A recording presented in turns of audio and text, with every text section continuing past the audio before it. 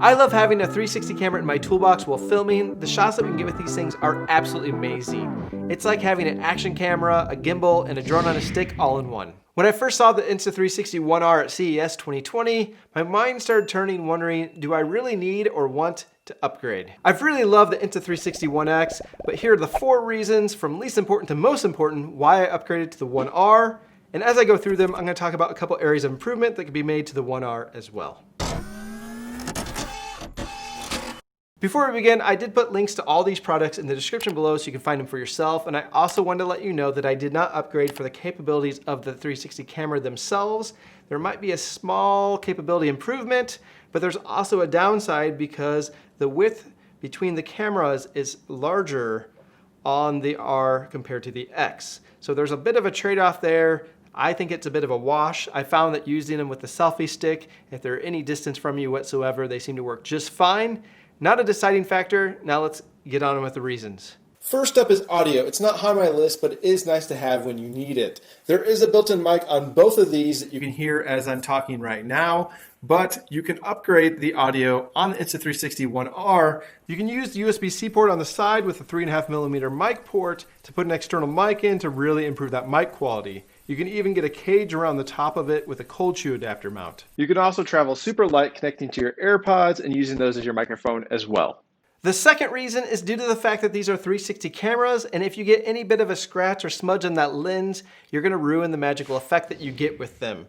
360 1X body is not great as far as that goes because unless it's covered or it's on a tripod, you really don't have any great way to set this down without it resting on the lens itself.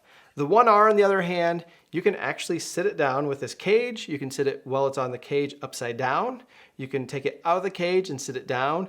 And all those configurations, guess what? The lenses aren't touching the ground, which is great to keep them protected. There's also nice little lens protectors that you can put on both of them to keep them covered up. But that is something that's nice to not have to worry about it quite as much as I did with the 1X.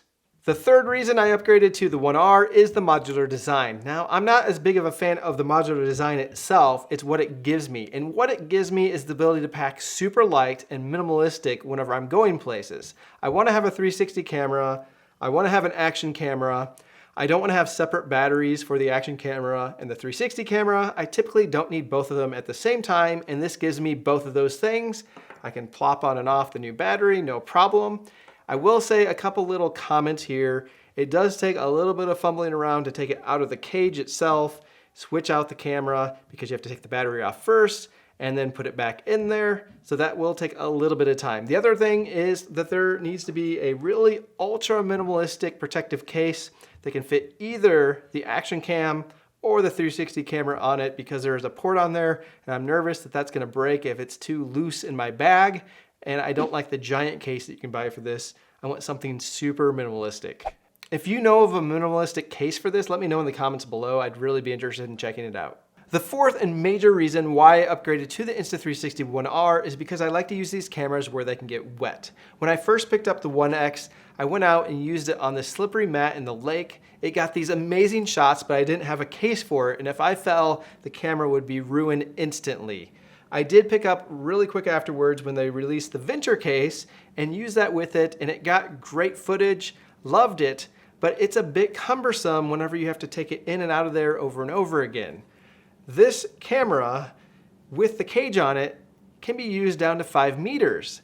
That is absolutely great. So if I'm walking around using this and it starts raining, I have to run and hurry up and protect this thing and do something really quick, where this one's good to go and it's fine how it is. When the Insta360 1X is in the Venture case, it's a little bit hard to read the top of the display, but it's really crisp with the buttons. On the other hand, the 1R does get a little bit flaky, I'd say, whenever the screen gets wet, and it makes it really hard to control. You kind of have to blow it off and dry it off before you can really use it and press the buttons again. It is nice to have some tactile buttons when you're in the water. There is no case to put over the Insta360 1R, but with the Venture case on the 1X, you can see that there is a little bit of a difference with the fusion of the two cameras due to that case, the distortion, and the bracket around it. I do wish we didn't need this cage around it to keep it all together, to keep it waterproof, but that's a small price to pay compared to having to bring this around with you and put it in there real quickly when it starts raining. If you do want to go deeper than 5 meters with either of these cameras, you do need a dive case. The one for the Insta360 One X doesn't go as deep as the one for the One R, but the downside with the One R is you do need different cases for the different modules, the 360 camera, the action camera, the 1-inch sensor. They have a different form and fit to them, and you also need to pick up a vertical battery to attach on the end of it because of the form factor of the case as well. For me, the thing that sets Insta360 with both of these ahead of the competitors is really not the image quality that comes off of them, but rather the ease of use.